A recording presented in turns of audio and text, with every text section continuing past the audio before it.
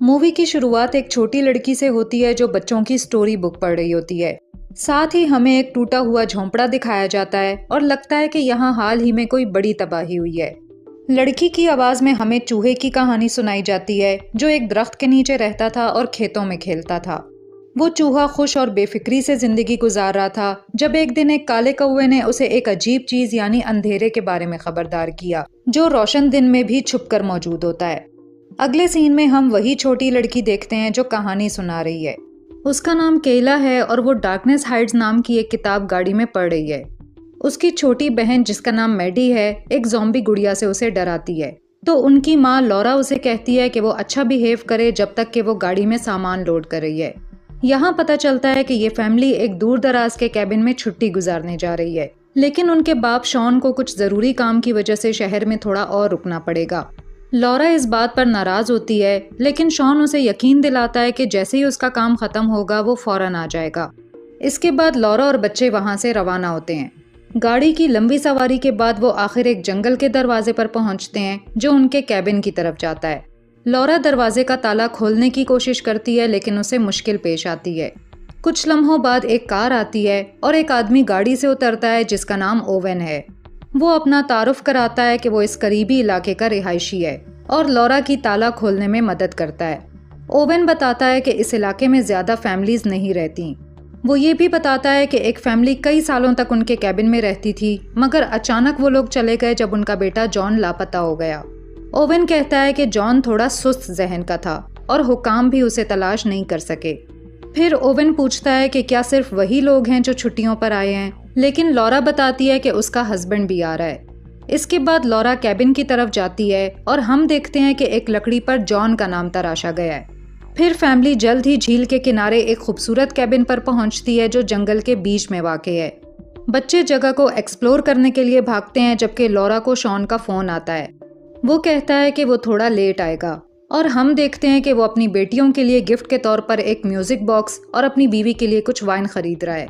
Call के बाद Laura cabin में जाती है और ज़ॉम्बी गुड़िया को एक टेबल पर रख देती है।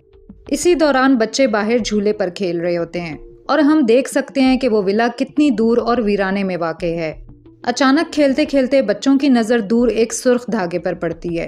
वो तजस्सुस में आकर उस सुर्ख धागे का पीछा करने लगती हैं और जल्द ही जंगल के अंदर गहराई में पहुंच जाती हैं। कुछ देर बाद लॉरा फ्रेश होकर बाहर देखती है तो उसे एहसास होता है कि उसकी बेटियां कहीं नजर नहीं आ रहीं। ये देखकर लॉरा को फिक्र होने लगती है और वो फौरन नीचे जाती है ताकि बच्चियों को ढूंढ सके। इसी दौरान उसे बाहर जोरदार आवाज़ सुनाई देती है, लेकिन वो सिर्फ उसकी बेटियां होती हैं जो वापस आ गई हैं। तीनों जल्दी से बच्चों के कमरे की तरफ भागते हैं और लॉरा देखती है कि केला कोई चीज़ ड्रॉर में छुपा रही है। लॉरा उससे पूछती है कि ये क्या है, तो केला कहती है कि ये डैड के लिए एक गिफ्ट है। अब रात गए लॉरा अपनी बेटियों को डार्कनेस हाइड्स नाम की एक बुक पढ़कर सुनाती है, लेकिन मैडी की तबीयत कुछ ठीक नहीं लगती और वो सोना चाहती है। इस पर माँ दोनों बच्चियों को ऊपर ले जाती है और उनको बेड में लिटाकर कंबल ओढ़ा देती है। इसके बाद लॉरा बाहर जाकर सिगरेट पीने लगती है, लेकिन अचानक कैबिन का लैंडलाइन फ़ोन बजने लगता है। फ़ोन पर शॉन होता है जो कहता है कि वो उसे कई बार कॉल कर चुका है, मगर उसने फ़ोन नहीं उठाया। लॉरा माजरत करती है और उसे बताती है कि उसने अपना फ़ोन गाड़ी में छोड़ दिया था। फिर शॉन उसे बताता है कि वो कुछ घंटों में वहाँ पहुँच जाएगा और इसके बाद फ़ोन बंद कर देता है। कुछ लम्हों बाद लॉरा दूर से शाखें टूटने की आवाज़ें सुनती है और उसे महसूस होता है जैसे कोई उसे देख रहा हो, मगर वो इस सब को इग्नोर करती है और वापस घर के अंदर चली जाती है। कुछ घंटों बाद केला अपनी माँ को जगाती है और कहती है कि मैडी की तबीयत ठीक नहीं है।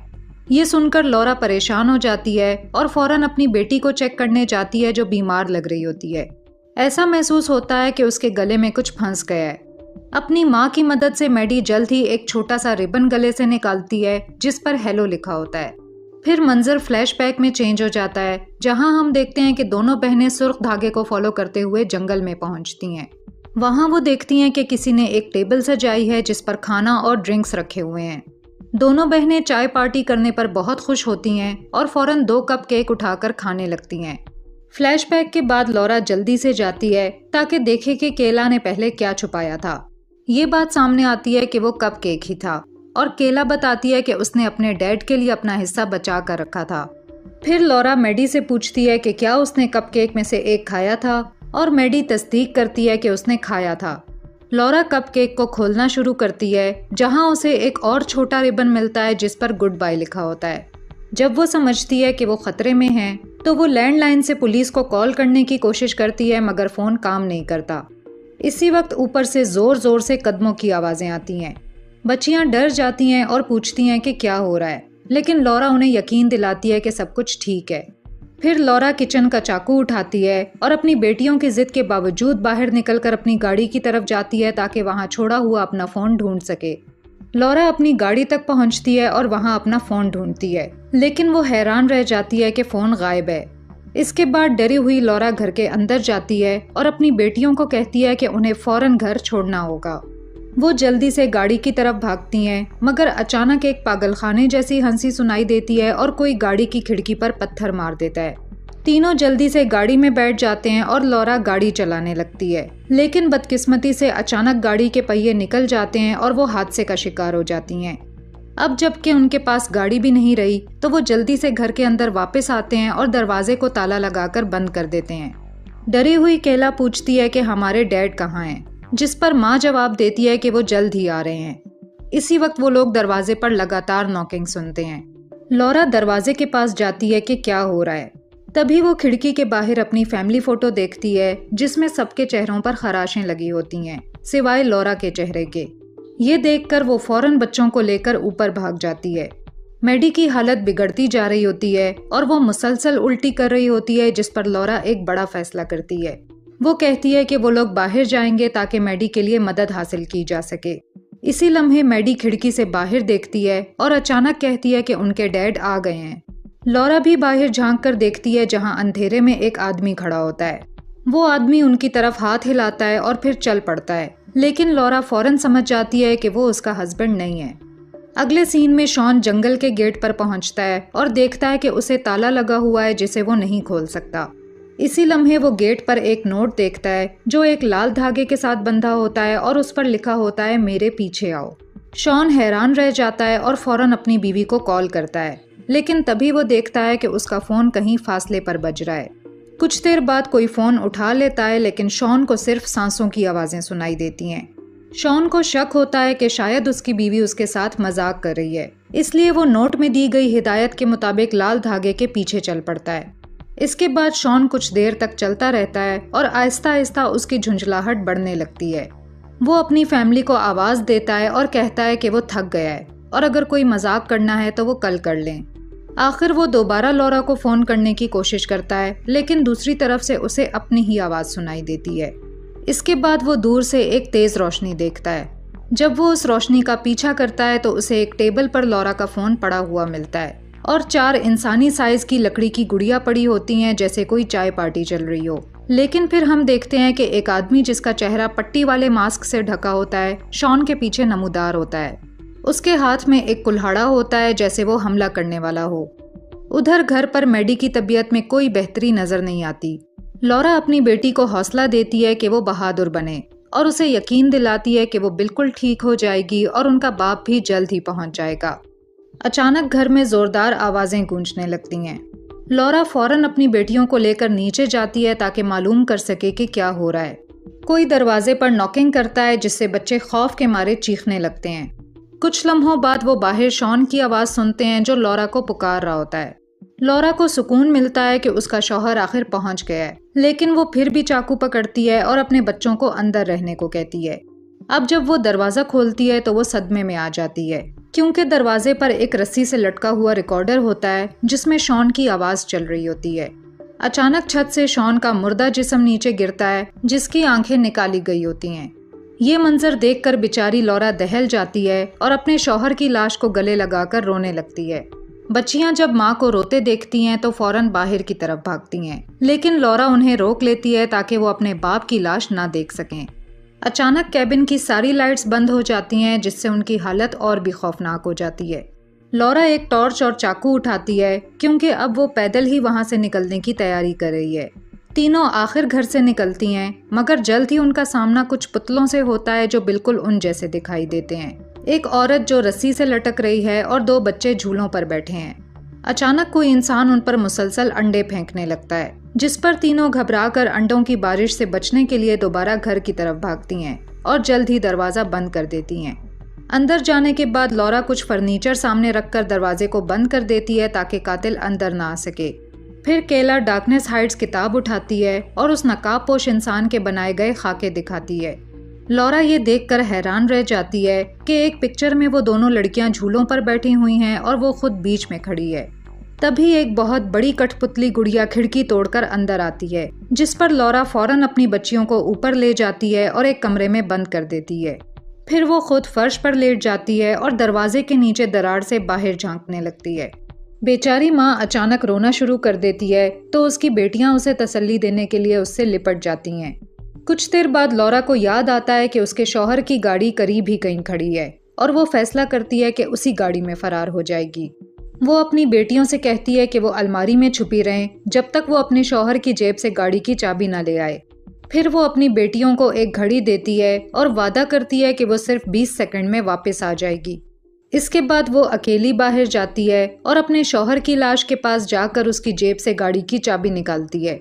फिर वो अपनी बेटियों से कहती है कि अब वो यहाँ से निकलेंगे, लेकिन जैसे ही वो नीचे जाने लगते हैं उन्हें घर में किसी की मौजूदगी का एहसास होता है। लॉरा चीखती है और अंदर आए हुए इंसान से कहती है कि वो निकल जाए और दावा करती है कि उसके पास गन है। कुछ देर बाद वो खिड़की से बाहर देखती है और ओवन को उनके घर की तरफ टॉर्च लेकर आता हुआ देखती है। फिर लॉरा खिड़की पर जोर से नॉकिंग करती है ताकि ओवन की तवज्जो हासिल कर सके। आखिर ओवन की तवज्जो हासिल हो जाती है, मगर वो लॉरा की बात समझ नहीं पाता। अचानक वो नकाबपोश कातिल पीछे से उसके करीब आता है और अपने शानदार कुल्हाड़े से ओवन को कत्ल कर देता है। इस दुख भरी वारदात को देखकर लॉरा अपनी बच्चियों की हिफाजत के लिए और ज्यादा बेताब हो जाती है। तीनों नीचे की तरफ भागती हैं, जहां वो काउंटर पर रखी ज़ॉम्बी गुड़िया और बच्चों की बुक डार्कनेस हाइट्स देखती हैं। वो देखती हैं कि किताब में नई ड्राइंग्स शामिल की गई हैं और कहानी की किताब में तब्दीली की गई है, जहां हाथ से बनाए गए पेजेस में कातिल के प्लान को दिखाया गया है कि वो सबको कत्ल करेगा। इसके बाद लॉरा सामने के दरवाजे की रुकावट हटा देती है ताकि वो सब शॉन की गाड़ी में निकल सकें, लेकिन इसी वक्त कातिल उसे उठाकर ले जाता है और उसकी बेटियां खौफ से चीखती रहती हैं। वो बेचारी लड़कियां एक दूसरे को पकड़कर काफी देर तक रोती रहती हैं। माँ के जाने के बाद वो समझ जाती हैं कि उन्हें खुद को बचाना होगा, इसलिए केला एक चाकू उठा लेती है ताकि अगर कातिल वापस आए तो वो खुद को बचा सकें। कुछ ही देर बाद वो बाहर बच्चों का गाना सुनती हैं और सोचती हैं कि ये उनका बाप है। लड़कियां नर्वस होकर बाहर जाती हैं और अपने बाप की गाड़ी को देखकर थोड़ा सुकून महसूस करती हैं, लेकिन गाड़ी के अंदर कोई नहीं होता। वो गाड़ी का ट्रंक हिलते हुए महसूस करती हैं और जब वो उसे खोलती हैं तो लॉरा को बंधा हुआ देखती हैं जिसके मुंह पर पट्टी लगी होती है। तभी मास्क पहना हुआ कातिल नमूदार होता है और लॉरा के पेट पर हमला कर देता है। फिर वो गाड़ी के साथ लड़कियों का पीछा करता है, जिसकी वजह से वो भागकर दोबारा घर के अंदर वापस आती हैं। वो फौरन ऊपर की मंजिल पर पहुंचकर एक बेड के नीचे छुप जाती हैं ताकि कातिल उनको ना देख सके। कुछ ही देर बाद मास्क पहना हुआ कातिल कमरे में घुसता है और लड़कियों को ढूंढने लगता है। वो अलमारी में चेक करता है लेकिन वहां कोई नहीं होता। फिर वो बेड पर बैठ जाता है और बच्चों से कहता है कि डरने में कोई बुराई नहीं। वो अपना तारुफ कराते हुए कहता है कि मेरा नाम जॉन है। यहाँ पता चलता है कि ये वही जॉन है जिसके बारे में ओवन ने लॉरा को मूवी के स्टार्ट में बताया था। वो कहता है कि वो बहुत अरसा पहले इसी घर में बड़ा हुआ था और हर साल जब ये फैमिली यहाँ छुट्टियों के लिए आती है तो वो उन्हें देखता रहता है। वो हमेशा से यहाँ मुंतज़िर रहा है मगर वो उसे नहीं देख सके। मज़ीद ये कि वो पागल आदमी कबूल करता है कि डार्कनेस हाइट्स किताब असल में उसकी थी। वो इसे जानबूझकर यहाँ छोड़ गया था ताकि वो इसे तलाश करें और इसे समझ सकें। जॉन बताता है कि उनके इर्द गिर्द अंधेरा है, मगर वो अंधेरा साया नहीं बल्कि हकीकत में वो खुद है। फिर जॉन अचानक खतरनाक अंदाज में बेड को उठा देता है और फौरन क्लोरोफॉर्म से उन्हें बेहोश कर देता है। इसके बाद अगली सुबह का सीन दिखाया जाता है, जहां हम देखते हैं कि शॉन की आंखें और बाजू एक लकड़ी की गुड़िया पर लगाए गए हैं। ऐसा लगता है कि ये पागल कातिल इस फैमिली के लोगों के जिस्मानी हिस्से उन लकड़ी की गुड़ियों पर लगा रहा है। लॉरा को ट्रंक में बंद दिखाया जाता है, जिसके जिस्म में अब तक वो कुल्हाड़ी लगी हुई है, लेकिन वो अभी जिंदा है। जॉन वो कुल्हाड़ी लॉरा के जिस्म से निकालता है और वहां से चला जाता है। फिर वो पुतलों के इलाके की तरफ जाता है, जहां उसने लॉरा के फैमिली मेंबर्स को एक टी पार्टी में दिखाया हुआ है। वो बेहोश बहनों को जंगल में ले जाता है और उनकी आंखों और हाथों को नापने लगता है ताकि पुतलों की लकड़ी को तराश सके। इस दौरान केला आखिर होश में आती है, मगर जॉन के करीब होने की वजह से बेहोश होने का ढोंग करती है। वो मैडी को भी जगाने की कोशिश करती है, लेकिन छोटी मैडी हरकत भी नहीं करती। जॉन लकड़ी की एक गुड़िया के हाथ को हटाता है और केला के करीब आता है। वो उसका हाथ काट कर गुड़िया में लगाने का प्लान बनाता है, लेकिन जैसे ही वो ऐसा करने वाला होता है, अचानक दूर से एक म्यूजिक बॉक्स बजने की आवाज सुनता है। हैरानो परेशान जॉन इस आवाज के पीछे चलना शुरू करता है और जल्द ही जमीन पर रखे हुए एक टेडी बियर, शराब और दूसरे तोहफे देखता है। वो आगे बढ़ता रहता है, यहाँ तक कि वो कार के खाली ट्रंक तक पहुँचता है, जहाँ एक म्यूजिक बॉक्स बज रहा होता है। वो बेवकूफ़ दिलचस्पी से म्यूजिक बॉक्स को देखता है कि अचानक पीछे से लौरा नमूदार होती है और उस पर कुल्हाड़ी से हमला कर देती है। एक खतरनाक लड़ाई शुरू हो जाती है, जिसमें लौरा उसे शदीद जख्मी कर देती है। जॉन भी पूरी ताकत से लड़ता है और लौरा को जख्मी कर देता है। शदीद जद्दोजहद के बाद आखिर लौरा काबू पा लेती है और उसी की कुल्हाड़ी से उसे मार देती है।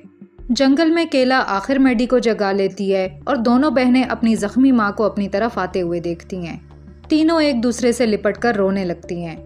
आखिरी सीन में लौरा अपनी बेटियों को गाड़ी में बिठाती है, जबकि जॉन जमीन पर पड़ा होता है और उसकी पीठ में कुल्हाड़ी लगी होती है। और आखिरकार इस फैमिली को वहां से निकलने का मौका मिल जाता है, लेकिन कुछ